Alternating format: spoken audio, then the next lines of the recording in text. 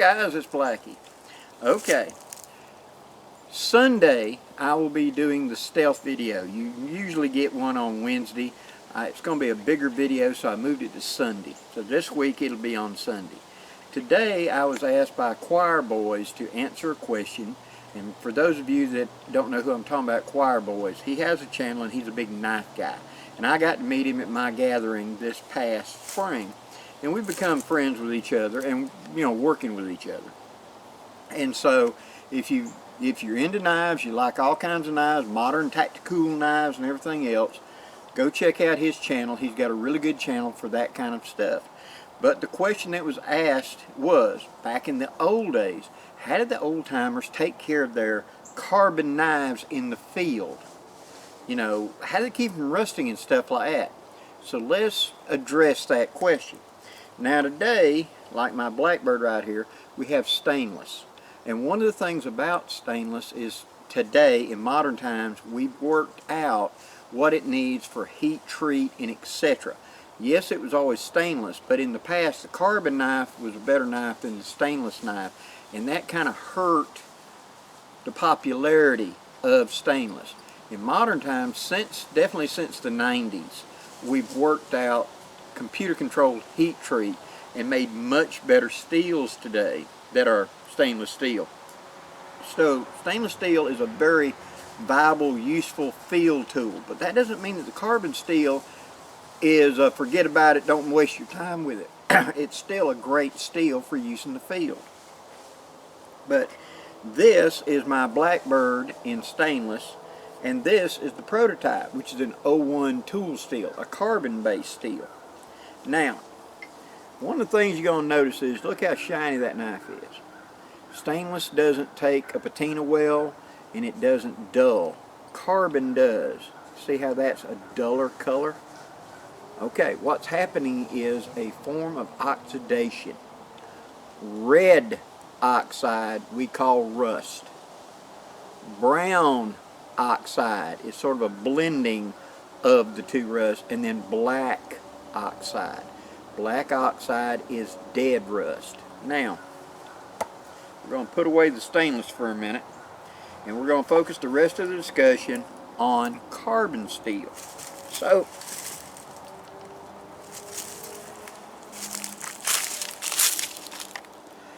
here are two old carbon steel knives. Now I want you to notice the coloration to the blade. See this dark patina? That's black oxide.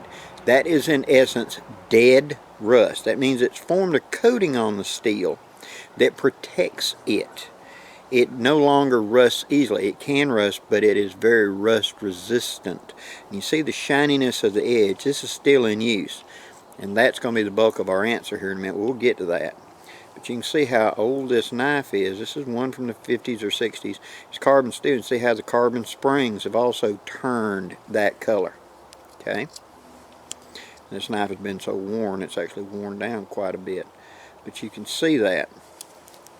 This is an old timer. Same way. Notice how the steel is taking on that dark color. That dark coloration. Okay?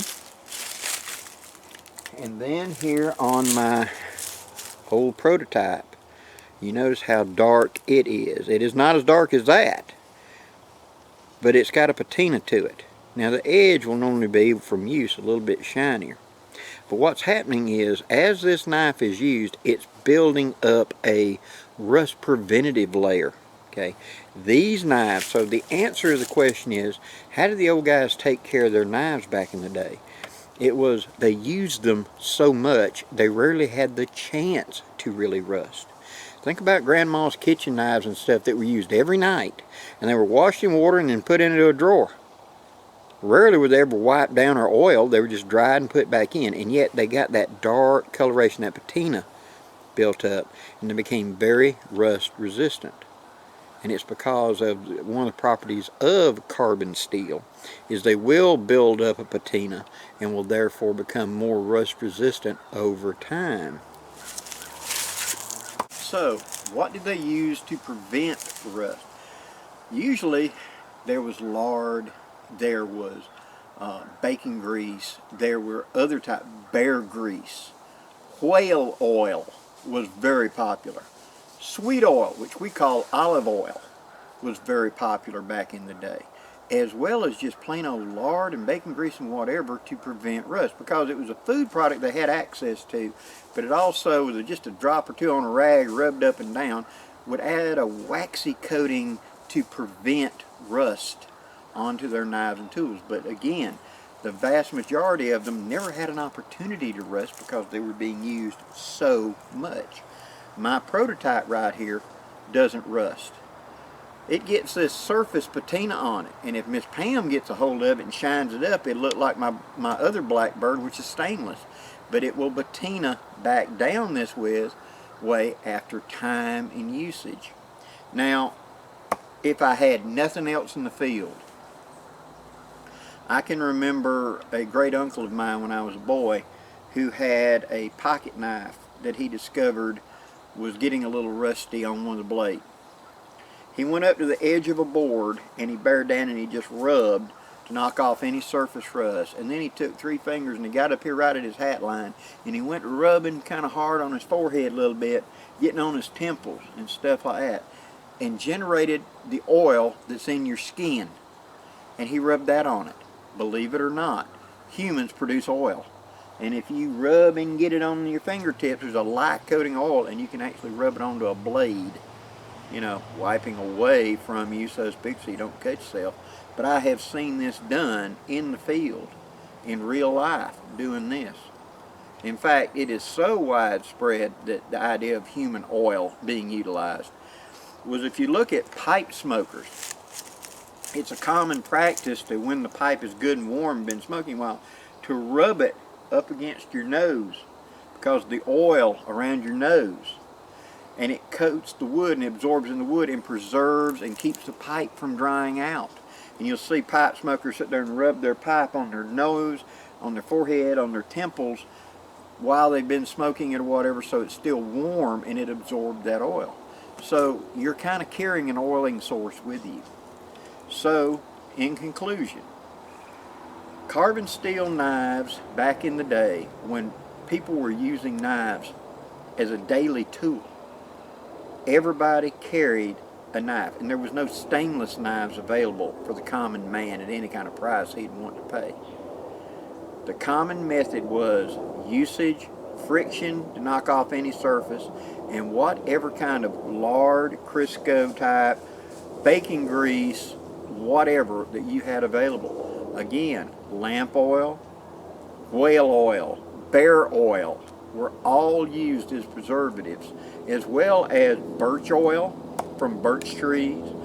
The oil that comes out of fat, lighter wood, which is actually turpentine, has been used to preserve blades and stuff like that. It was simply a way of cutting down on the rust. But since these were being used so much, they rarely had the opportunity to rust.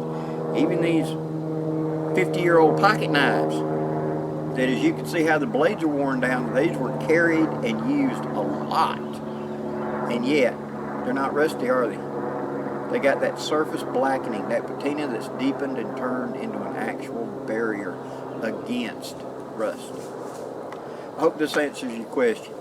If you've enjoyed the video, please hit that like, share, and subscribe button before you go to feed the algorithm. And thank you very much for supporting my channel. Now, Thursday night, I will be doing a live again, so have your questions ready and we will do our best to answer them. Till next time, guys, I'm Blackie, wishing you safe journeys. Have a great day, guys.